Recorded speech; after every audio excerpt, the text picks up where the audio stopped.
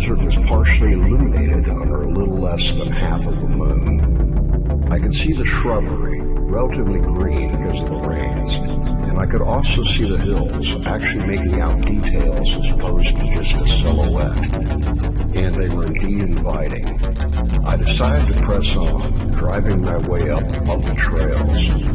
I climbed it a bit but found a plateau of sorts. I didn't feel like pressing my luck, so I shut down the engine and got out into the crisp desert night.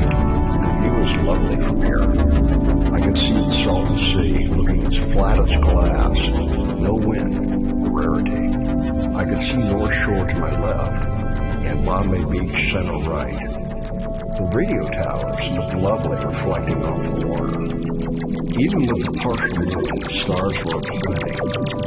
Other than the soft hum of Highway 86, it was very quiet, only to be momentarily punctuated by a helicopter flying low and slowly fading away. I was still feeling the edible I had just an hour or two before. A very pleasant and manageable buzz, a very serene moment. I only wish my girl had been here with me to share it. I went through my ritual setting up the camera. There were clouds and the moon illuminated them quite nicely. Good photos to be had. A half hour later and 300 exposures, looking beautiful in the viewfinder. The solitude, the quiet, traffic even lighter now on 86, and planes too high to even hear. It was indeed one of those moments. I decided to stop photographing and sit down, close my eyes and meld into the hills, the sea-lit, the beautiful night. I must have been down about 10 minutes when I thought I heard someone talking. Was I indeed alone?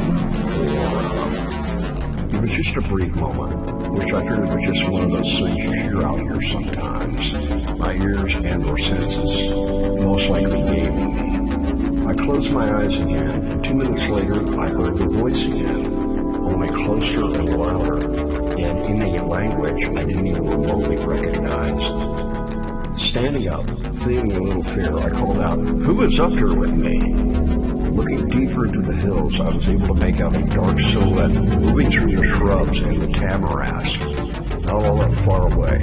A roughly human form but crouched down, as if in an effort to be unseen. Keeping my eye on whatever it was, I called out again. It ducked behind something because I lost sight of it. Starting to think it might be a good time to bail, I got my camera off the tripod and put it in the vehicle. Before attempting to get in, I took one last look up the hill and nearly pissed myself when I saw a blue, translucent ball of light floating towards me. Was this maybe the Borrego Phantom Lights I've read about? The light came within 10 feet of me and about 15 feet off the air and just stood still. And I heard the voice again. Speculating, I think it must have been an indigenous language, perhaps what the Kauai speak. By inflection alone, however, I could tell whatever it was being quite urgent with me. Transfixed, unable to move, I remember the story of Tahquitz, the spirit of death and darkness, the robber of souls, who is banished to what is now Mount San Jacinto, the spirit that manifested itself as a blue orb, a meteorite, a shooting star, glowing blue electricity floating about, along with thunderous rumblings. I wondered if maybe it moved down the line to my neighborhood, the lower Santa Rosas. I said to the orb, "Are you Tahquitz? I mean you no harm. Tahquitz, is that you?"